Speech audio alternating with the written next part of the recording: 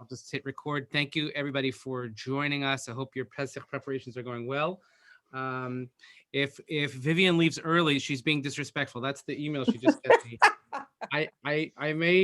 I'll try to join, but I may need to get up early. It's because I can't stand listening to you anymore. And all you do is Wow. name Vivian. That's what she wrote. That's I did not sign on that. okay.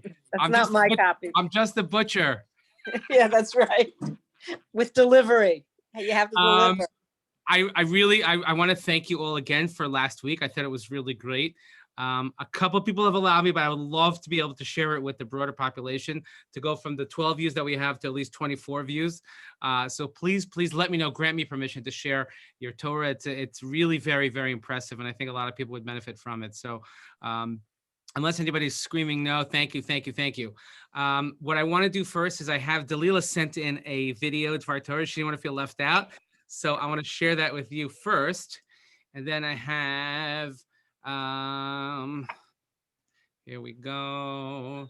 This is a different one that we're going to share. Hold on. Let me get this out of my way. Okay, here. Oh, here it is. Okay. You can see that? Do you see her on the screen? Yes. Yeah. Here we go. Hi, Rabbi Klibanov and ladies. Rabbi, I wanted to thank you for doing what you do. I so admire your ability to gather all of us women, and so that we would have the courage to get in front of the camera and deliver a message. Yasher Koach, and I truly enjoy your class. And ladies, thank you for such wonderful messages. And this class and discussions are really fuel for my soul and my mind. And thank you again. And I do want to deliver a message since the rabbi gave us homework.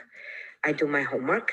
And the source for this commentary comes from me. So please bear with me. It may be a little bit outside of the box for everybody. And I want to focus on a word. The word is trauma. And it's a word that I don't think it has been used to describe, maybe it has, Itziat Mitzrayim, Kriyat Yam Suf. These events, I'm sure it caused trauma to the Jewish people as Israelites. Actually, it wasn't Jewish yet, but the Israelites as they were coming out of Egypt. I looked it up. There were a lot of synonyms, but I found some of the synonyms for trauma is shock, misery, worry, jolt, grief, stress, torture, agony, ordeal, heartache. And if you think of these words, it could be many events, not just like bad events that can cause jolt, shock, stress. You know, having children, giving birth, having grandchildren, marriage. So it's really good events that can also cause trauma. And we think about the Yetziat Mitzrayim as a good positive event. The Dead Sea, parting of the sea, I don't know. I'm sure there was a lot of trauma involved, more so than, I would think about it a little bit more negatively, maybe. So, but anyway, what does this have to do with the Seder? How do we resolve these traumas that we go through life, each and every one of us? And is to talk it out, to be with people, to eat and discuss and read and retell stories and get different opinions, whether it's the four sons, and God willing, with time and patience and having an open mind and an open heart, we heal from these traumas, and we can see redemption. Mm. So I want to wish everybody a Chag Sameach, Chag Kosher Sameach, and hope to see these classes in the future. I truly enjoy them. Bye-bye. Worry, jolt, grief. How about that? Pretty good, right? That was That's great. good. That was Amazing. good. Please tell her that I showed it, and so while we're just doing, before I go to some text, first of all, we have kind of a mention of that in the Haggadah when we say we go me'evel liyom tov miyagon l'simcha, towards the end of Magid we make that bracha. That's what we want to do. So this can you see? Did you see the screen switch? Does it say okay? So this of Yeah. course is from Rabbi Sachs. And this is a great, this, if you do not, if only we could show this at the Seder, but maybe send it out to your family in advance. And I promise you that this alone is worth the price of admission. And I can't get over it, by the way. Like he was filming videos already in September of 2020 and, before Rosh Hashanah, and he died in November, which Wow. is like mind boggling to me, and he was Rabbi Sachs. So, so watch this. This is really phenomenal. So.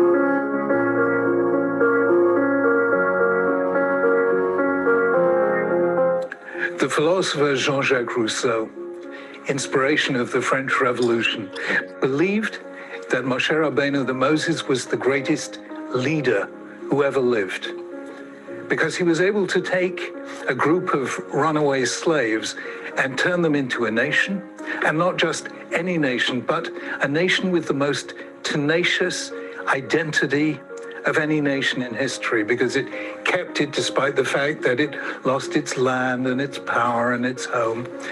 And he believed that this was the most extraordinary achievement. What he didn't fully understand was how it was achieved.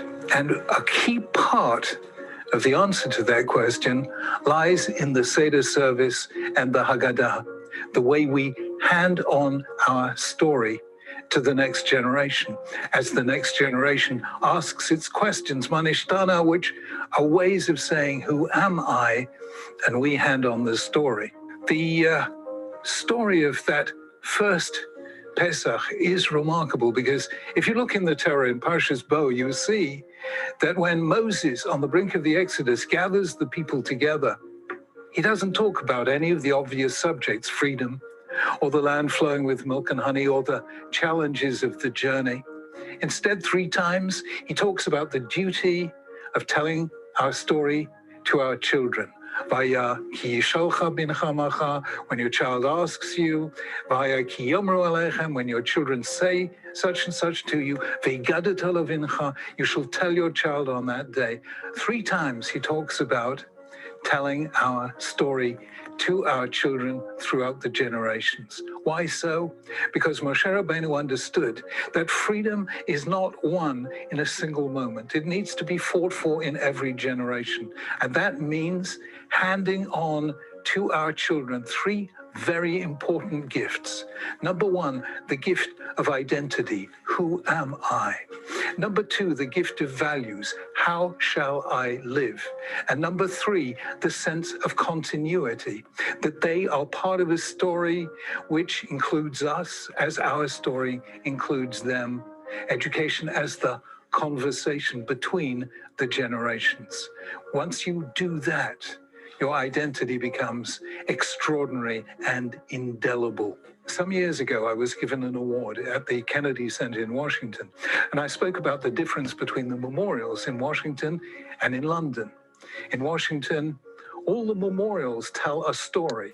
You have the Jefferson Memorial with screeds of text, the Lincoln Memorial with the Gettysburg Address on one side and the second inaugural on the other, the Roosevelt Memorial with the key sentences from each of the decades he spent in public life, and the Martin Luther King Memorial with more than a dozen quotations from his speeches.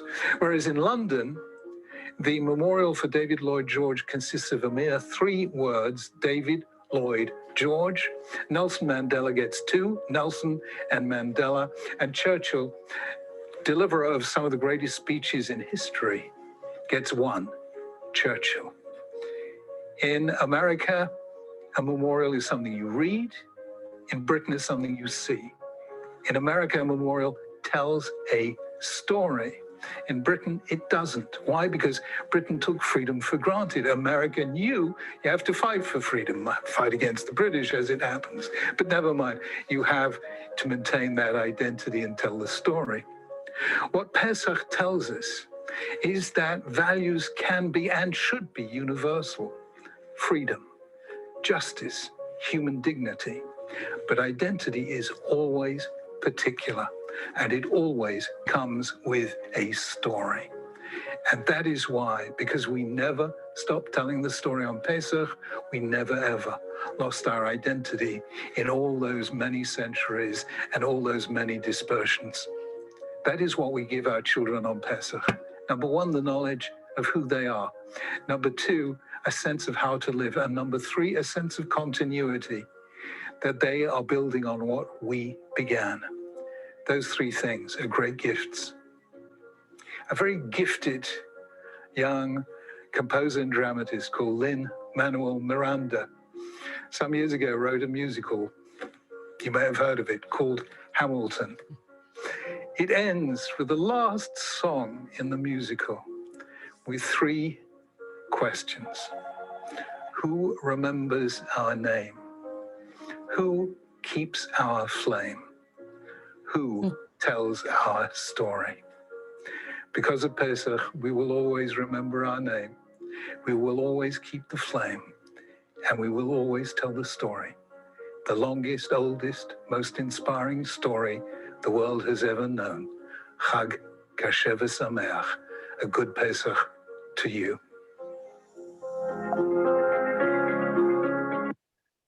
I mean, come on, right? Does it get better than that? No. If you send this out to your Seder participants or to your whole family, just say, it's what, 4 minutes?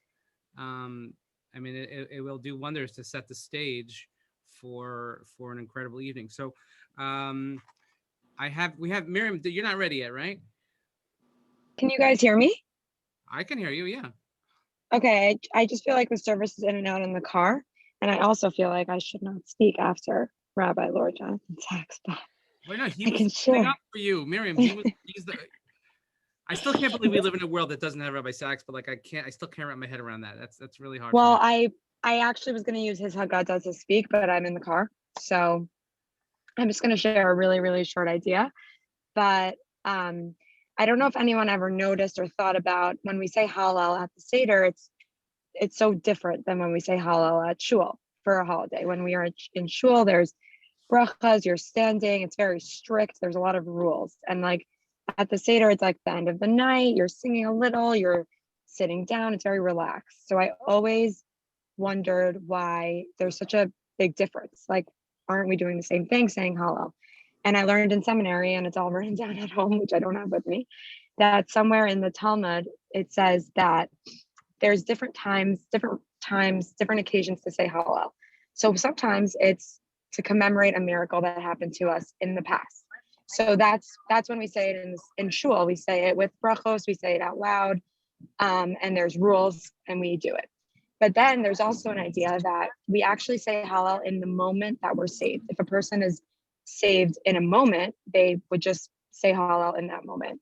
So at the Seder, the reason that it's different is because we're not supposed to be thinking about it as a yearly remembrance of the miracle that happened to us way back when, but it's actually supposed to be as though we were saved in that exact moment, and we're just breaking out into the Hallel prayer. So it was just like a simple thing she said, but to me it was so eye-opening that we're not just supposed to remember what happened and think about it as something that happened to our ancestors, but we're really supposed to feel in that moment like we were just saved today. So I thought that was very powerful.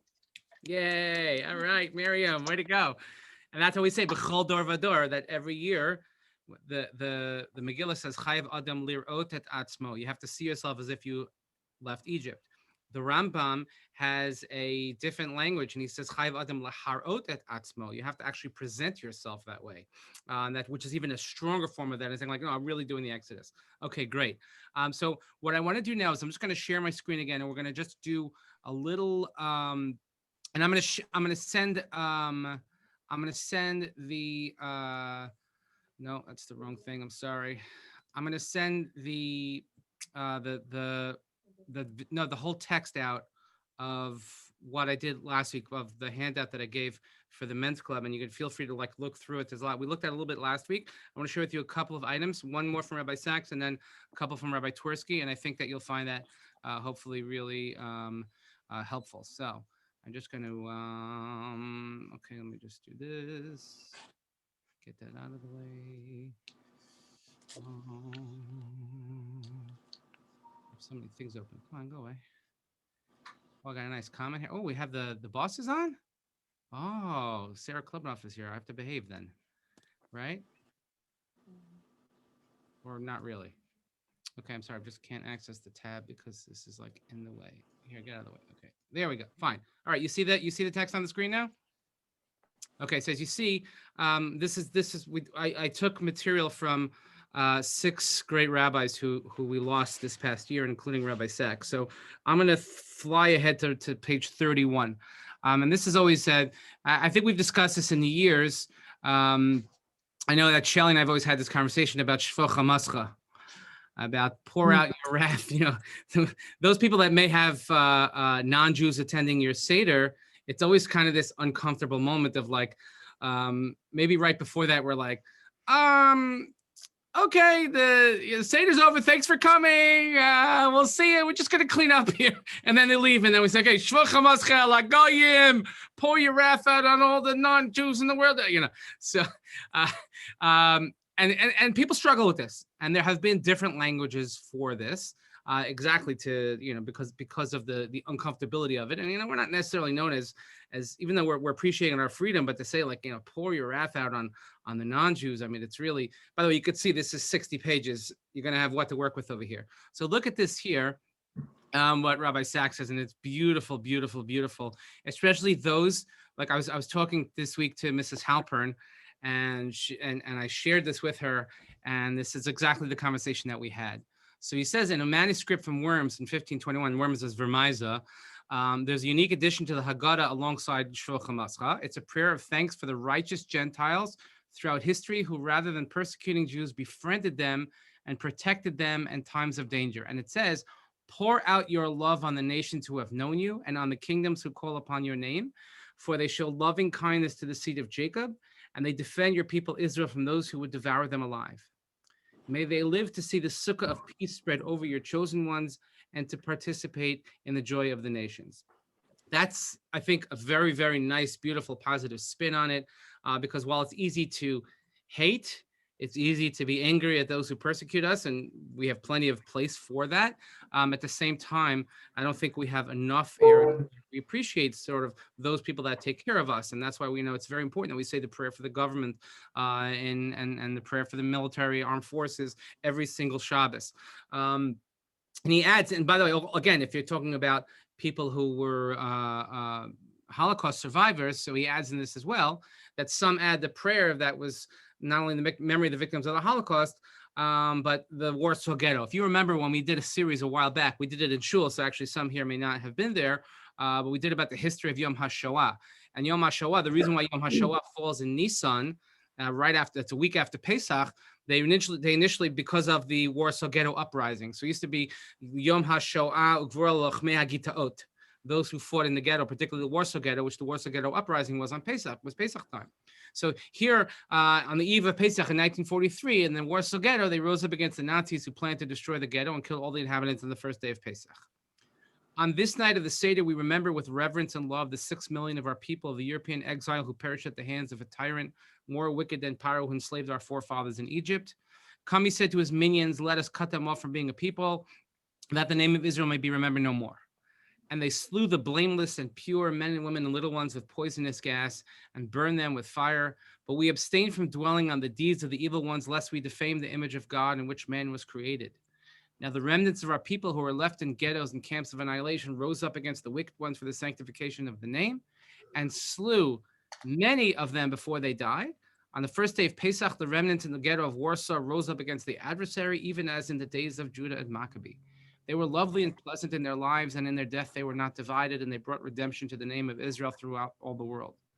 And from the depths of their affliction, the martyrs lifted up their voices in a song of faith in the coming of Mashiach, when justice and brotherhood will reign among mankind. And then he's saying Ani Mamen. This is, and it's sort of not our typical, like, coming from a position of strength, but certainly if this is part of the narrative of your family to talk about this, which I'm sure one talks about it almost comes up organically in the Seder when talking about subjugation and slavery, etc. This is the place to do it. But at the same time, I think it's important to point out and say, and yet here we are. Here we are in 5781, and they're all gone, and we're here having a Seder.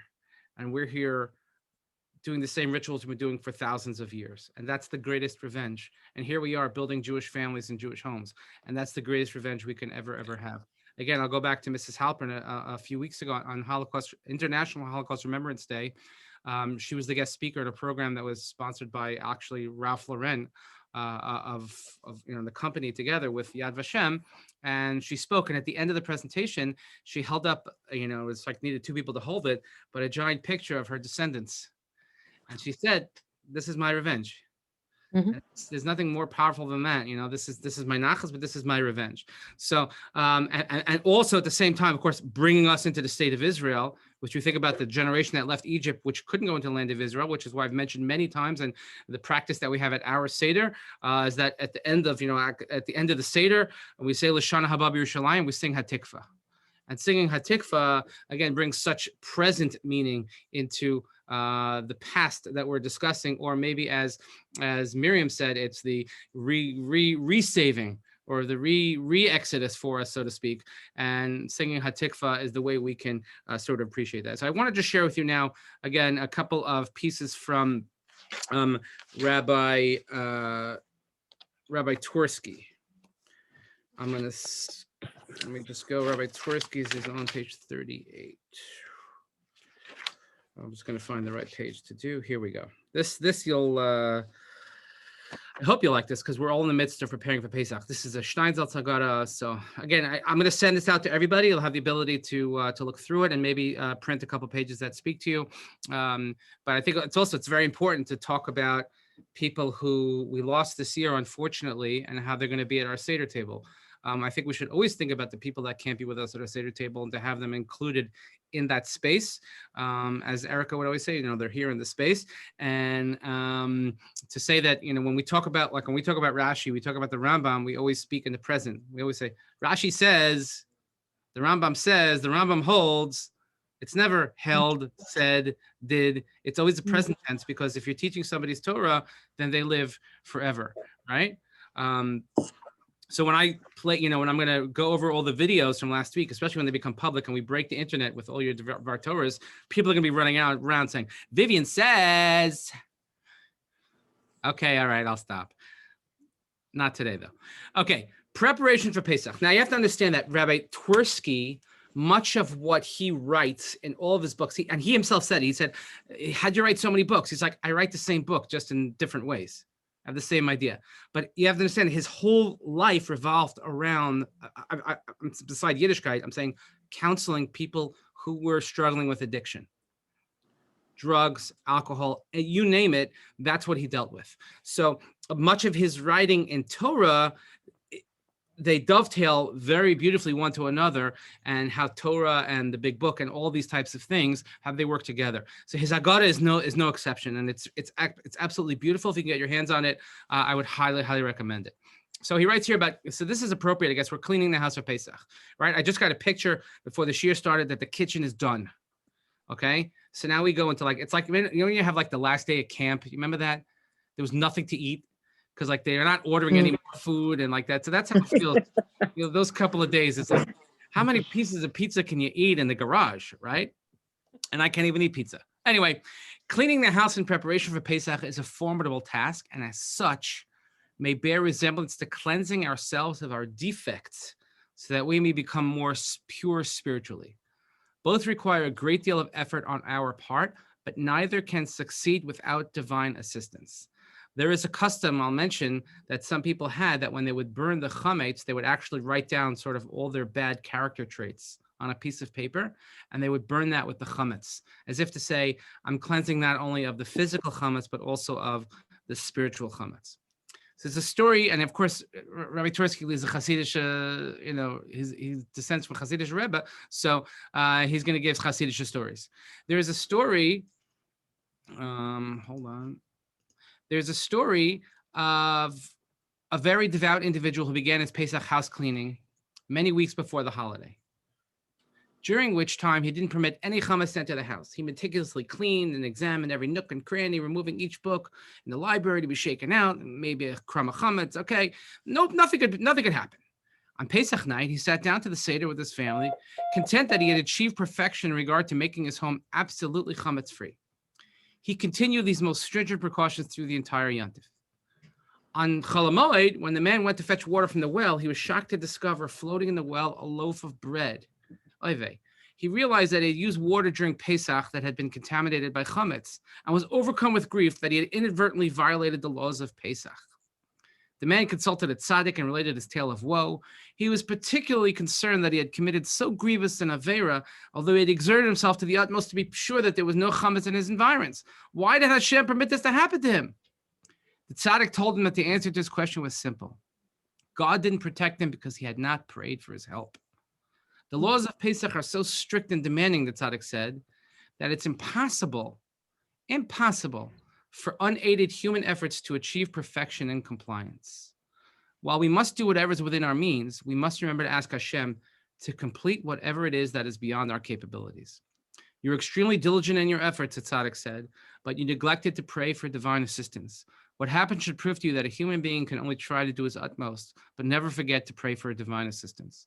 Whether in ridding our homes of chametz or divesting ourselves of our character defects, we must make maximum effort, but always remember that without the help of God, even our utmost efforts cannot succeed. Which is why when Jews talk, it's something like so benign. Are you going to the supermarket to do Pesach shopping? Be'ezus Hashem, I'm going to go. Which means literally, with the help of God, I'm going to go. It's so ingrained in our vernacular is that we really, and we've discussed this, when we used to be in person, and we've had sort of these heart-to-heart conversations, certainly when it comes to the struggles of raising children, we've discussed many times where, we've done everything right, and then something just doesn't take, whatever. That's because, even after you do everything right, you have to put in every ounce of effort, and you give all of your kishkas. At the same time, you have to daven. You have to daven that your efforts will bear fruit. You have to daven that Hashem will bless your efforts. And that's real faith. Real faith we talk about is when, and I'm going to talk about this tonight about faith, but real faith is when you realize that the result that you see are not directly because of your actions or only because of your actions, but it's because that Hashem wanted your actions to bear those results. And that's where the faith is. Because if we say, oh, it's because of what I did, not everybody that went to Harvard has an MBA, got a job. You know what I mean? That's just how the world works. So he continues, in my book, Generation to Generation, I recounted some of my favorite Pesach memories. As a child, I look forward to Pesach because for me, it was all fun. Undoubtedly, it was hard work for my mother, but carrying the dishes up and down from the cellar and hanging around the kitchen to absorb the fragrances of Pesach delicacies was a delight. We were far from wealthy, but I could never imagine that the table of a king could be more royally bedecked than our Seder table with a few silver items. For nostalgic reasons, I have in my table a small plate which was on my parents' Seder table when I was a young child. It's merely an inexpensive earthenware plate, not delicate porcelain, but as a child of 5, there was nothing more beautiful in the world than the blue and pink floral design on this set of dinnerware. Now, some 60 years later, even though this plate would be relatively worthless in comparison to fine bone china, it still retains regal beauty for me. The memories of the Seder night will never fade. Many gifts which parents and grandparents give to their offspring may be damaged or lost. However, memories of Pesach never disappear. If you really wish to give something everlasting to your children and grandchildren, give them appropriate memories.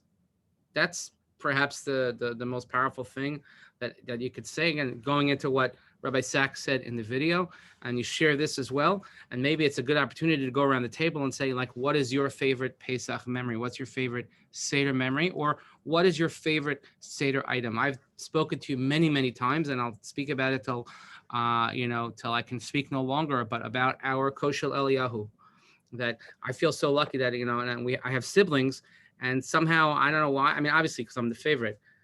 Oh, my mom's going to watch this. Well, yeah, I'm the favorite. So, but I got the kosher Eliyahu, which is not, I was in the silver store a few weeks ago, and they had these. I asked my wife, because I'm like an ignorant husband, because that's what I'm good at. Like, they had these giant Kiddush cups that hold probably like, I don't know, 2 gallons. I don't know what the heck, like you need 2 hands, 3 people to hold it. I go, what's that? She goes, that's a kosher Eliyahu, you dope, right? Oh, right. But that's what you think of a kosher Eliyahu, a big silver becher. So we have this crystal blue, like blue, azure, blue glass cup. And to me, that's like one of our most prized possessions that we own, because it's the Seder memory. That's our Seder growing up. And I feel so privileged to use it. I'm like so careful. Like, you could break anything you want now. Don't like, especially now when we have the mazik around the house, we have to make sure that, he stays far away from it. But those things, so just think about those things, and at your table, talk about things, talk about those Seder memories, talk about those items. Again, you'll see that there's a lot more that is here on the. I'll be right there.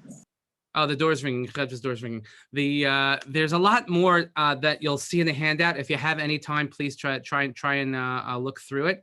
But again, especially because Pesach starts Saturday night, you have all day Shabbos.